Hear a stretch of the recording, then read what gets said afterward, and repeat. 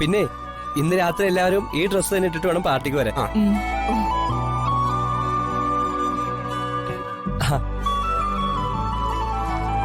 ദാ ഇത് തനിക്ക്.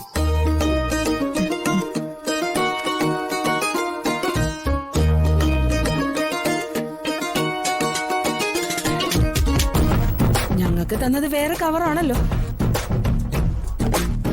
അതെന്താ അവൾക്ക് മാത്രം ഒരു സ്പെഷ്യൽ കവർ? അത് ഇവിടുത്തെ അമ്മയ്ക്ക് ഇവരോടൊരു പ്രത്യേക ഇഷ്ടമുണ്ട്. അതാണ് സ്പെഷ്യൽ സാരി.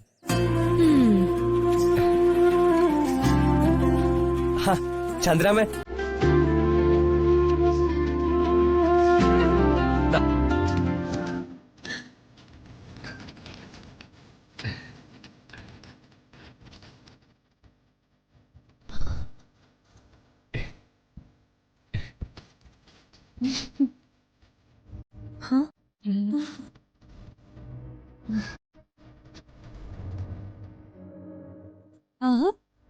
നല്ല വിലയുള്ള സാരിയാണല്ലോ ഇത്.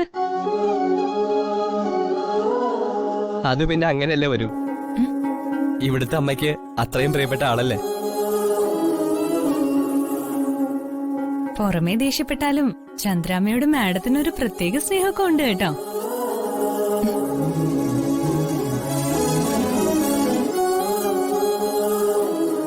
ഇന്നാളും വില കൂടിയൊരു സാരി മാഡം വാങ്ങിത്തന്നല്ലോ.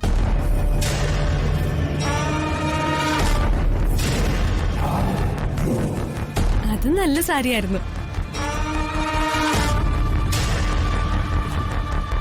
അല്ലെങ്കിലും പുറമെ ദേഷ്യം കാണിക്കുന്നവരൊക്കെ അകമേ പാവങ്ങളായിരിക്കും. അല്ലെങ്കിൽ അടുപ്പിച്ചടുപ്പിച്ച് ഇതൊക്കെ വാങ്ങിത്തരുമോ?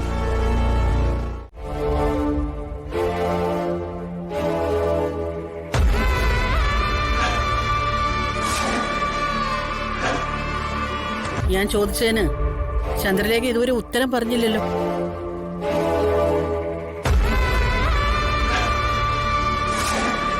ഞാനാണോ ചന്ദ്രലേഖയ്ക്ക് ഈ സാരി വാങ്ങി തന്നത്? ഇവളിവിടെ കുറച്ചു മുന്നേ പ്രസംഗിക്കുന്നത് ഞാൻ കേട്ടു.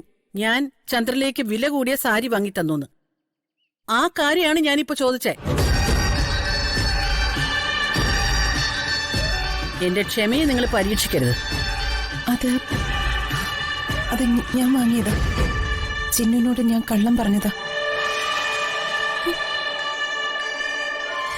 അവൾ ഒരു സാരി വാങ്ങിയതിനാണോ നീ ഇങ്ങനെ ക്രോസ് വിസ്താരം ചെയ്യുന്നത്?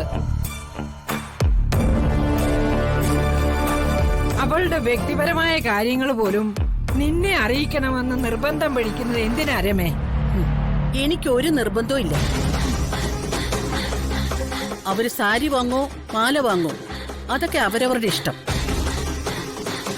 അതിനിടയ്ക്ക് എന്റെ പേര് പറയുന്നിടത്താണ് എനിക്കുണ്ടാവുന്ന പ്രശ്നം.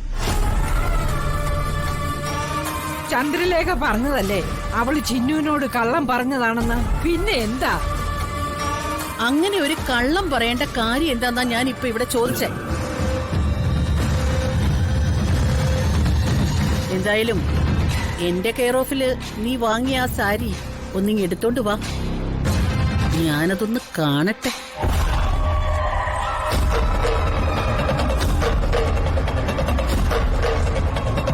നിങ്ങൾ എടുത്തോണ്ട് വരുന്നോ അതോ ഞാനായിട്ട് പോയിട്ട് എടുത്തിട്ട് വരണോ?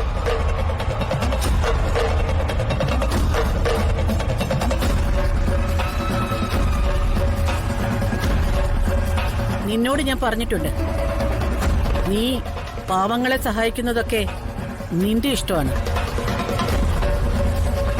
അത് പക്ഷേ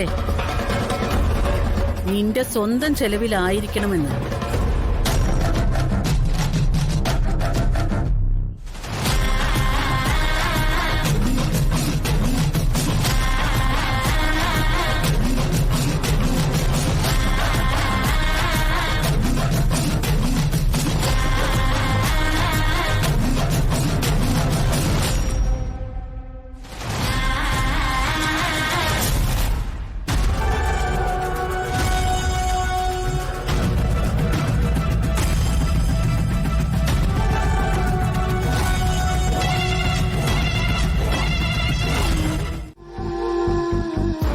മണിമാല തിരിച്ച് ദേവീ സന്നിധിയിൽ വെച്ചാൽ തന്നെ തമ്പുരാന്റെയും തമ്പുരാട്ടിയുടെ മരണത്തിന് ഉത്തരം പറഞ്ഞല്ലേ പറ്റൂ. ആരെന്തു പറഞ്ഞാലും സത്യം എന്റെ ദേവിക്കറിയാം. എന്റെ തമ്പുരാനെയും തമ്പുരാട്ടിയും ഞാൻ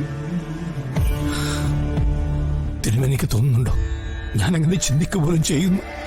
അല്ല, എനിക്ക് ശിവനെ മനസ്സിലാവും. പക്ഷെ നിയമവും കോടതിയും ശിവനെതിരല്ലേ? നിരപരാധിത്വം തെളിയിക്കാൻ നമ്മുടെ പക്കൽ ഒന്നുമില്ലല്ലോ. എല്ലാം ഈശ്വര നിശ്ചയമല്ലേ. മനുഷ്യർ എന്തു പറഞ്ഞാലും ചെയ്താലും അവിടുത്തെ പദ്ധതിയല്ലേ നടക്കൂ. 2 ദിവസം കഴിഞ്ഞ തമ്പുരാന്റെയും തമ്പുരാട്ടിയുടെയും 16ന്റെ ചടങ്ങ്. ഇങ്ങനൊരവസ്ഥയിൽ അതെങ്ങനെയാ തിരുമേനി നടത്തുന്നത്? നടത്തണം. ഒരു ആയുസ് മുഴുവൻ ഈ നാടിനു വേണ്ടി ജീവിച്ചതാ അവര് രണ്ടുപേരും.